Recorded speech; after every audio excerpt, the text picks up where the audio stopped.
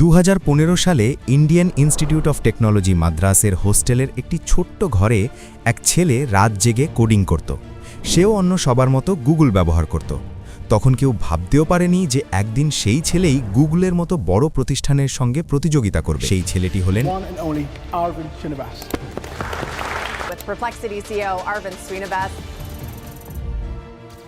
অরবিন্দ শ্রীনিবাস। 2022 সালে তার startup Perplexity AI শুরু করেন, যা আজ গুগলের জন্য হুমকি হয়ে দাঁড়িয়েছে। বর্তমানে যার মূল্যায়ন প্রায় $20 বিলিয়ন পৌঁছেছে।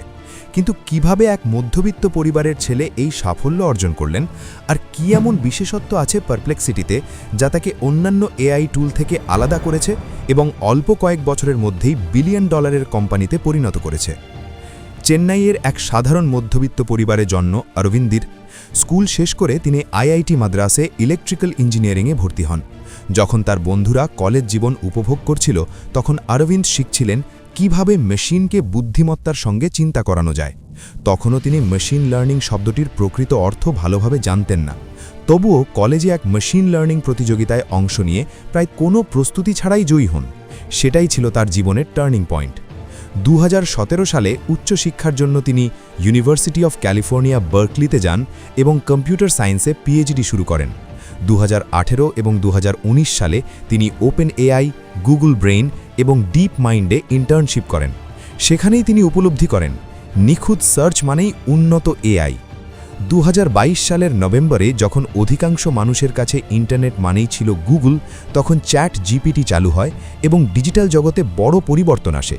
মানুষ প্রথমবার অনুভব করে যে কম্পিউটার শুধু উত্তরই দেয় না, বরং প্রেক্ষাপট, ভাষা এবং ব্যবহারকারীর অনুভূতিও বুঝতে পারে। তবে চ্যাট জিপিটির কিছু সীমাবদ্ধতা ছিল: রিয়েল টাইম তথ্যের অভাব এবং যাচাইকৃত উৎস প্রদর্শন না করা। ফলে ব্যবহারকারীরা পুরোপুরি আস্থা রাখতে পারতেন না। একদিকে গুগল বহু লিঙ্ক দেখাত, অন্যদিকে চ্যাট জিপিটি মানবসুলভ ভাষায় উত্তর দিত, কিন্তু উৎস দেখাত না। ঠিক এখানেই একটি বড় শূন্যতা ছিল।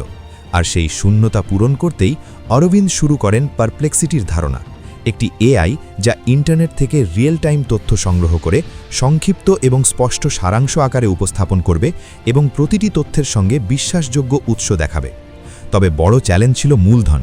অত্যাধুনিক এআই মডেল তৈরি করতে বহু $1 বিলিয়ন প্রয়োজন, যা তার পক্ষে সম্ভব ছিল না। তাই তিনি কৌশল বদলান। নিজস্ব মডেল বানানোর বদলে বিশ্বের সেরা বিদ্যমান মডেলগুলোকে একত্রিত করেন। পারপ্লেক্সিটি এক ধরনের এআই অ্যাগ্রিগেটর প্ল্যাটফর্মে পরিণত হয়, যা জিপিটি, জেমিনাই এবং লামার মতো মডেলকে এপিআই এর মাধ্যমে যুক্ত করে ব্যবহারকারীদের একটি পরিষ্কার, যাচাইকৃত উত্তর দেয়। এতে অভিকঠনগত খরচ কমে যায় এবং কোনো একক মডেলের ওপর নির্ভরশীলতাও থাকে না। ভবিষ্যতে কোনো আইনি জটিলতা তৈরি হলেও সহজেই মডেল পরিবর্তন করা সম্ভব। 7 ডিসেম্বর 2022-এ 3 সহ-প্রতিষ্ঠাতাকে নিয়ে তিনি পারপ্লেক্সিটি চালু করেন। অপ্রত্যাশিতভাবে লঞ্চের পর থেকেই প্রতিদিন 3000 কোয়েরি আসতে শুরু করে। কয়েক মাসের মধ্যে তা 1000 থেকে মিলিয়নে পৌঁছে যায়। মাত্র 1 বছরের মধ্যেই কোম্পানি 1000 গুণ বৃদ্ধি পায়।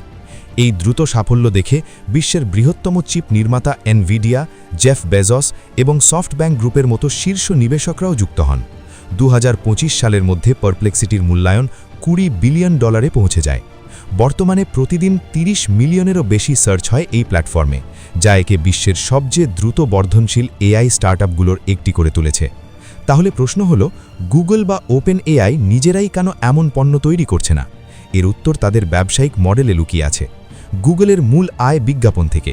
যদি তারা সরাসরি পারপ্লেক্সিটি ধাঁচের উত্তর ইঞ্জিন তৈরি করে, তাহলে ব্যবহারকারীরা লিঙ্কে ক্লিক করবে না, ফলে বিজ্ঞাপনের আয় কমে যাবে। অন্যদিকে ওপেন এআই ও মাইক্রোসফট তাদের এলএলএম এপিআই বিক্রি করে বিপুল আয় করে। তারা যদি নিরপেক্ষ এআই ইন্টারফেস চালু করে, তাহলে নিজেদের গ্রাহকদের সঙ্গেই প্রতিযোগিতায় নামতে হবে। আজ অরবিন্দ শ্রীনিবাসের দৃষ্টিভঙ্গি পরিষ্কার।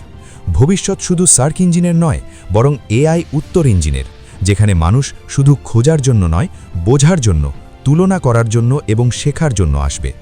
এই গল্প প্রমাণ করে স্পষ্ট দৃষ্টিভঙ্গি এবং সঠিক দিক নির্দেশনা থাকলে মধ্যবিত্ত পরিবার থেকে উঠে আসা একজন তরুণও $1 ট্রিলিয়ন প্রতিষ্ঠানের সঙ্গে প্রতিযোগিতা করতে পারে।